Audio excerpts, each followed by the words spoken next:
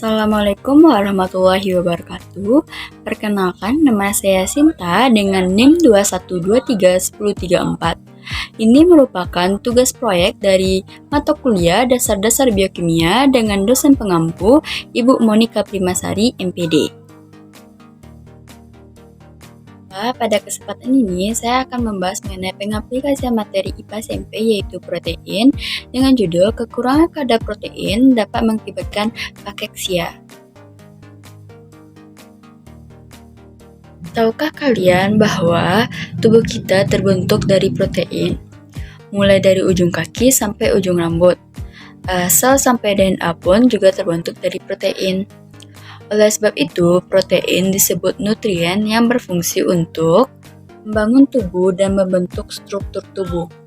Protein adalah molekul besar yang terdiri atas sejumlah asam amino. Asam amino terdiri dari karbon, hidrogen, nitrogen, oksigen, dan kadang-kadang belerang. Protein yang biasanya harus dikonsumsi paling sedikit yaitu 10% sampai 35% dari kalori harian kita. Untuk remaja seperti kita membutuhkan 2000 kalori per harinya. Berarti kita harus mengkonsumsi setidaknya 200 kalori untuk protein. Protein terbentuk dari unit yang disebut asam amino. Ada sekitar 20 asam amino yang dibutuhkan oleh tubuh. 11 di antaranya disebut asam amino non-esensial dapat diproduksi oleh tubuh, sementara 9 lainnya tidak diproduksi tubuh dan harus didapatkan dari makanan. 9 macam asam amino tersebut disebut asam amino esensial. Nah, protein juga dibedakan menjadi dua, yaitu protein nabati dan protein hewani. Untuk protein nabati adalah protein yang berasal dari tumbuhan, seperti kacang kedelai, kacang hijau, dan kacang-kacang lainnya. Sedangkan protein hewani adalah protein yang berasal dari hewani seperti daging, ikan, telur, susu, dan keju. Salah satu contoh kasus yang disebabkan oleh protein yaitu kakeksia. Kakeksia merupakan penyakit yang menyebabkan lemahnya otot rangka akibat kekurangan protein. Kekurangan protein sering terjadi pada individu yang mengalami kondisi medis yang mempengaruhi metabolisme tubuh secara negatif, seperti kanker, gagal jantung, gagal ginjal, HIV atau AIDS, atau penyakit paru-paru obstruktif kronis atau PPOK. Protein memiliki peran penting dalam menjaga fungsi normal tubuh, termasuk pertumbuhan dan pemeliharaan jaringan otot.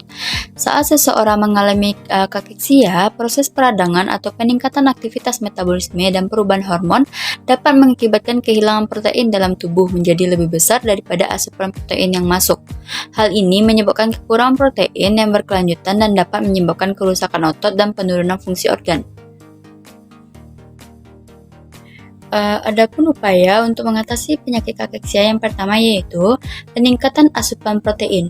Upayakan untuk meningkatkan asupan protein dalam makanan sehari-hari.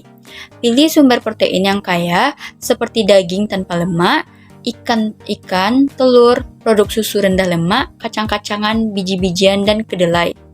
Makanan tinggi protein juga bisa dikonsumsi sebagai cemilan sehat. Yang kedua yaitu perhatikan kesehatan mental. Stres dan depresi dapat mempengaruhi nafsu makan dan penyerapan nutrisi. Jaga kesehatan mental dengan mengelola stres.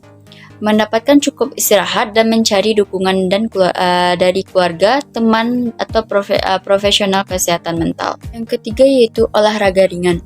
Dengan berolahraga, itu dapat mengatasi penyakit kakeksia. Selanjutnya yaitu yang keempat, konsultasi dengan ahli gizi. Penting untuk berkonsultasi dengan ahli gizi atau dietitian yang berpengalaman dalam menangani kakeksia. Mereka dapat mengevaluasi kebutuhan protein individu Anda dan membantu merancang rencana makan yang tepat.